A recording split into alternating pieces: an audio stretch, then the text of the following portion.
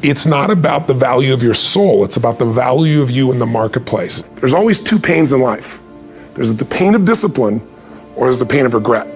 It's not what happens that determines the quality or the quantity of your life. It's not what happens. And the reason is because what happens to about everybody. No different. The sun went down on all of us last night. A common event, a happening. And I found out that the same things can happen to two different people. One gets rich and one stays poor. Why is that? It's because it's not what happens, but rather it's what you do that changes everything. What's an area of your life right now that you really want to improve? What's an area that's important to improve? So your body's great.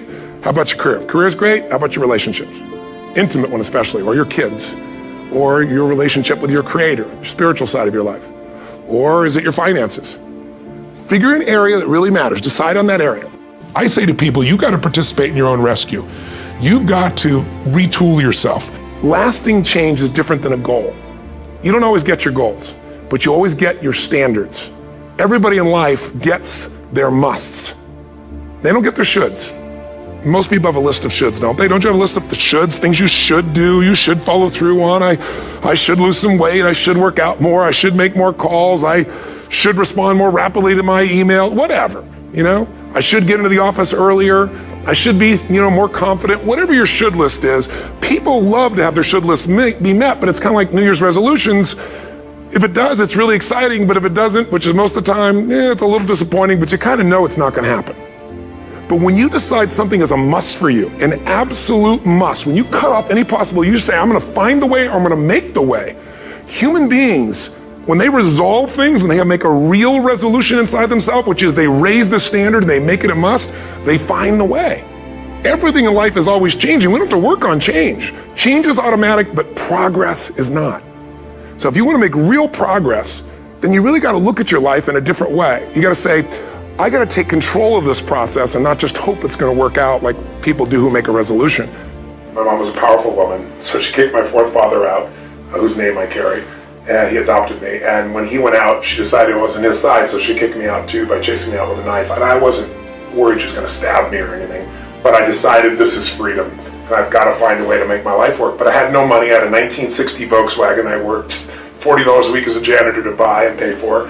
And so I had no car, I had no money, I had no anything. I went and slept in a person's laundry room, and then I decided I've got to figure out what to do, and I needed to feed my mind because I was so depressed, I was so overwhelmed. I'm missing my brother and sister and feeling just completely out of sorts. So I got on a bus and I traveled 14 miles, I remember, because I ended up running it one time. And I went to this bookstore and I bought this book called The Magic of Believing by Claudia Bristol. It's the first real book other than maybe Think and Grow Rich or Emerson's essays. And I started on this journey of saying every single day I'm going to feed my mind.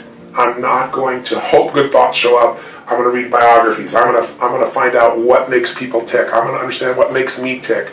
And I wanted to read a book a day, but I didn't do that. I took a speed reading class and I read 700 books over 7 years.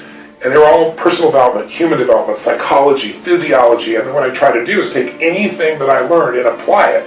And then when I applied it, I was 5'1" in my sophomore year in high school. I'm 6'7" now. I tell people the difference is personal growth. Really.